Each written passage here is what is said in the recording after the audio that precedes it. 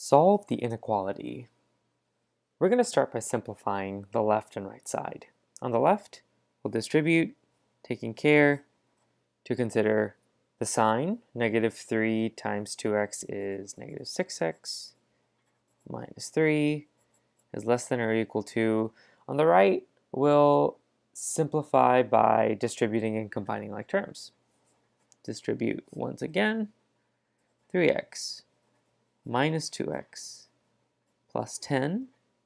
Combine like terms, 3x minus 2x is x plus 10. And let's not forget, we have to distribute 2. So 2x plus 20 on the right and negative 6x minus 3 on the left. Now we'll move our variables over to one side and our constants over to the other. I'd rather not work with negative variables, so I'll add 6x to both sides. 8x on the right. We'll subtract 20. Negative 23 on the left. We'll divide both sides by 8. And be left with negative 23 over 8 is less than or equal to x. I can read this from right to left to say that x is greater than or equal to negative 23 over 8. But wait, let's consider option 2. Option 2, if I decide instead to move 2x to the left and 3 to the right. Negative 6 minus 2x is negative 8x.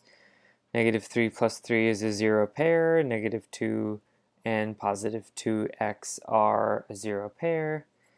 Negative 8x is less than or equal to 23.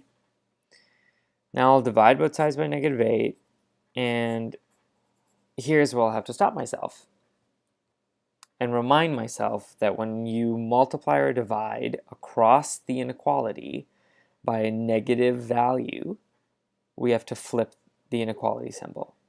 So negative 8 divided by 8 is 1 whole. Here I'll have x is, let's flip the inequality, greater than or equal to, and negative 23 over 8 in a more standard form. Let's graph this on a number line. On a number line, I know that negative 23 over 8 is just shy of negative 24 over 8, which is negative 3. So that should do it.